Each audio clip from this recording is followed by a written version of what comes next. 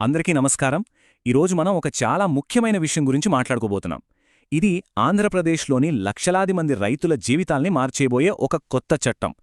Assigned భూములున్నాయి కదా, వాటికి సంబంధించి వాళ్ల హక్కుల్ని పూర్తిగా మార్చేసిన ఈ కొత్త సవరణ ఏంటో దాన్ని మనం స్పష్టంగా అర్థం చేసుకుందాం. చూడండి, ఈ మార్పుల గురించి వినగానే రామయ్య లాంటి ఎంతో మంది రైతుల మనసులో ఒకటే ప్రశ్న. అదేంటంటే, ఏవో కొత్త రూల్స్ వచ్చాయంట కదా, మరి ఇప్పుడు నేను కూడా నా భూమిని అమ్ముకోవచ్చా అని. సరిగ్గా ఈ ప్రశ్నకు సమాధానమే మనం ఈరోజు తెలుసుకోబోయేది. సరే, ముందుగా అసలీ మార్పు ఎందుకంత ముఖ్యం? ఏళ్ల తరబడి ఎదురుచూస్తున్న భూ యజమానులకు ఈ సవరణ ఒక రకంగా విముక్తిలాంటిది. అదెలాగో ఇప్పుడు చూద్దాం. అసలు విషయమేంటంటే, చాలా కాలంగా అంటే దాదాపు 1977 నుంచి ఈ అసైన్డ్ భూములపై చాలా కఠినమైన నిషేధాలు ఉండేవి. కానీ 2023లో వచ్చిన ఒక కొత్త సవరణ, యాక్ట్ 33 ఆఫ్ 2023 అంటారు దీన్ని, ఇది మొత్తం పరిస్థితిని తలకిందులు చేసేసింది, కంప్లీట్గా మార్చేసింది. ఇక్కడే అసలు మ్యాజిక్ అంతా ఒక నంబర్లో ఉంది. అదేంటో తెలుసా? 20. అవును, 20 సంవత్సరాలు. ప్రభుత్వం ఒకరికి భూమి కేటాయించిన తర్వాత సరిగ్గా 20 ఏళ్లు గడిస్తే చాలు, ఆ అసైన్డ్ భూమిపై పూర్తి యాజమాన్య హక్కులు వచ్చేస్తాయి. సింపుల్. సరే, ఇంతకీ పాత చట్టానికి ఈ కొత్త హక్కులకి మధ్య తేడా ఏంటి? రెండింటినీ పక్కపక్కనే పెట్టి చూస్తే ఈ మార్పు ఎంత పెద్దదో మనకే క్లియర్గా అర్థమవుతుంది. గతంలో ఎలా ఉండేదంటే, రైతులకు కేవలం ఆ భూమిని సాగు చేసుకునే హక్కు మాత్రమే ఉండేది, అంతే. కాని ఇప్పుడలా కాదు, అది పూర్తి యాజమాన్య హక్కుగా మారిపోయింది. ఇది మాటల్లో చెప్పేంత చిన్న మార్పు కాదు. దీని ప్రభావం రైతుల ఆర్థిక స్వేచ్ఛ మీద చాలా అంటే చాలా ఎక్కువగా ఉంటుంది. ఈ పట్టికను ఒక్కసారి చూడండి, చాలా క్లియర్గా ఉంటుంది. పాత చట్టంలో అమ్మడం, బదిలీ చేయడం అస్సలు కుదరదు, కంప్లీట్గా బ్యాన్. కానీ కొత్త చట్టం ప్రకారం 20 ఏళ్ల తర్వాత ఓకే చేసుకోవచ్చు. ఇక రిజిస్ట్రేషన్ సంగతి చూస్తే, ఇంతకుముందు ఈ భూములన్నీ గవర్నమెంట్ ప్రొహిబిటెడ్ లిస్ట్ అంటే సెక్షన్ 22A లో ఉండేవి, అమ్మడానికి వీల్లేదనమాట. ఇప్పుడు 20 ఏళ్లు దాటితే ఆ లిస్ట్ నుంచి తీసేస్తారు. యాజమాన్య హక్కు సంగతికొస్తే, కేవలం సాగు చేసుకునే హక్కు నుంచి పట్టాభూమితో సమానమైన ఫుల్ రైట్స్ వచ్చాయి. ఇక చివరిగా వారసత్వం. వాళ్ల పిల్లలు కూడా కేవలం సాగు మాత్రమే చేసుకోగలిగేవారు. కాని ఇప్పుడు వాళ్లు కూడా కావాలంటే ఆ భూమిని అమ్ముకోవచ్చు. చూశారా ఎంత తేడా ఉందో? సరే, ఈ పూర్తి యాజమాన్య హక్కు వచ్చింది అంటున్నారు కదా, మరి దాంతోపాటు వచ్చే కొత్త పవర్స్ ఏంటి? రైతులు ఇప్పుడు తమ భూమితో ఏమేం చేయగలరో వివరంగా చూసేద్దాం. ఒక్కసారి ఆ 20 ఏళ్ల గడువు పూర్తయిందంటే చాలు, భూ యజమానులు తమ భూమిని అమ్ముకోవచ్చు, కావాలంటే లోన్ కోసం బ్యాంకులో మార్ట్గేజ్ చేయొచ్చు, లేదా తమ పిల్లలకు గిఫ్ట్గా కూడా ఇవ్వచ్చు. సింపుల్గా ఒక్క మాటలో చెప్పాలంటే, ఒక పట్టా భూమికి ఎలాంటి హక్కులుంటాయో వీటికి కూడా అవే హక్కులు వచ్చేస్తాయి. అయితే ఇక్కడ ఒక చాలా చాలా ముఖ్యమైన విషయం ఉంది, ఒక వార్నింగ్ అనుకోండి. ఈ కొత్త హక్కులన్నీ కూడా ఆ 20 ఏండ్ల రూల్కి కట్టుబడి ఉంటాయి. ఒకవేళ ఆ 20 ఏండ్లు పూర్తి కాకముందే అమ్మేద్దామని ప్రయత్నిస్తే మాత్రం ప్రభుత్వం ఆ భూమిని వెనక్కి తీసేసుకుంటుంది. ఈ పాయింట్ చాలా జాగ్రత్తగా గుర్తుపెట్టుకోవాలి. మంచిది. మరి ఈ హక్కులు పొందాలంటే ప్రాసెస్ ఏంటి? చూడండి, గవర్నమెంట్ రికార్డ్స్లో ఈ భూమి ఇంకా అమ్మకూడని లిస్టులోనే ఉంటుంది.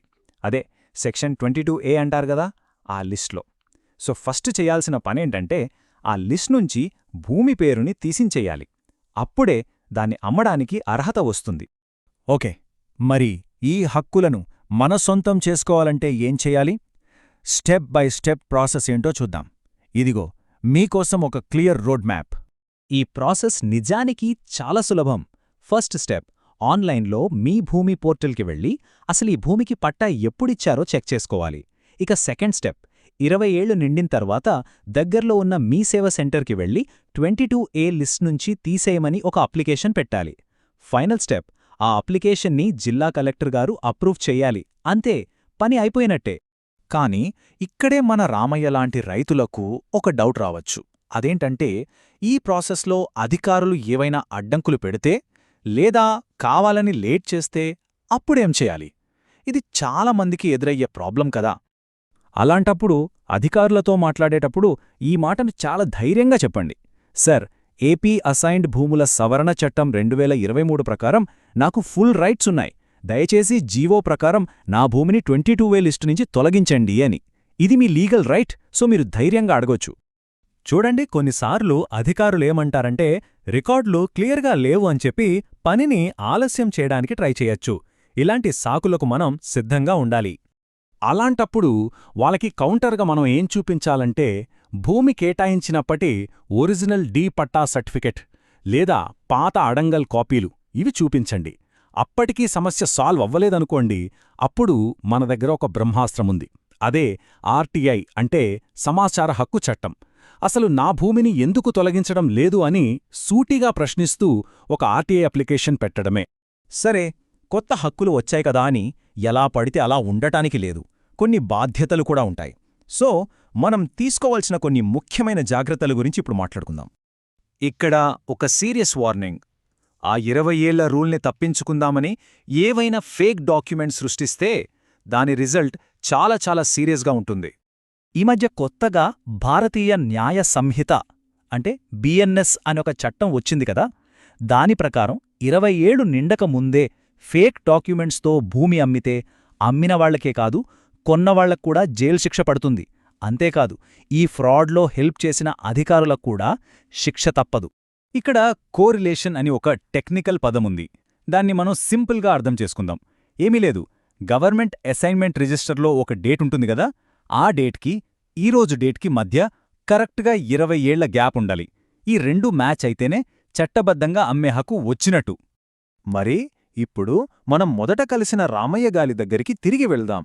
ఈ వివరాలన్నీ తెలుసుకున్నాక ఆయనలో ఒక కొత్త కాన్ఫిడెన్స్. ఇప్పుడు ఆయన ఏమంటారంటే, నా భూమికి ఇప్పుడు పవరొచ్చింది అని. చూసారా, ఒక అనిశ్చితి నుంచి ఒక నమ్మకానికి వచ్చిన ప్రయాణమిది.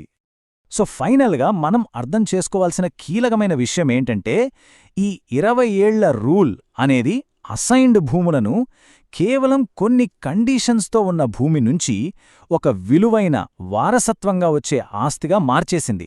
అదే అసలైన మార్పు. అయితే ఇక్కడొక ప్రశ్న మిగిలి ఉంది.